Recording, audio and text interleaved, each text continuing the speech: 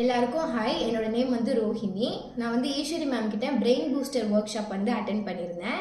Class attend பண்ணதுக்கப்புறம் எனக்குள்ளே நிறைய டிஃப்ரென்ஸ் இருந்தது வந்து என்னால் கண்டிப்பாக சொல்ல முடியும்.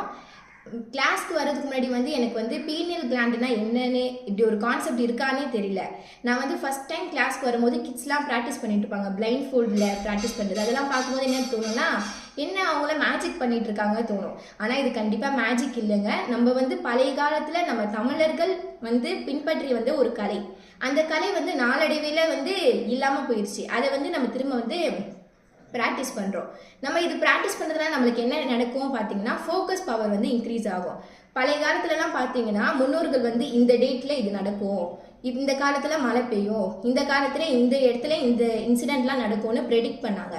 ஆனால் நாளடைவில் அது இல்லாமல் போச்சு. அதுக்கு என்ன காரணமாக இருக்கும்?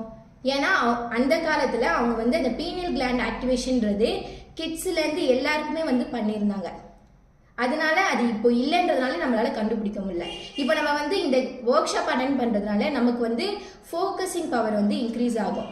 நம்ம வந்து கண்ணை மூடி படிக்கிறதுன்றது வந்து 15% தான். அதையும் தாண்டி நம்மளோட ஃபோக்கஸ் பவர் இன்க்ரீஸ் ஆகும்.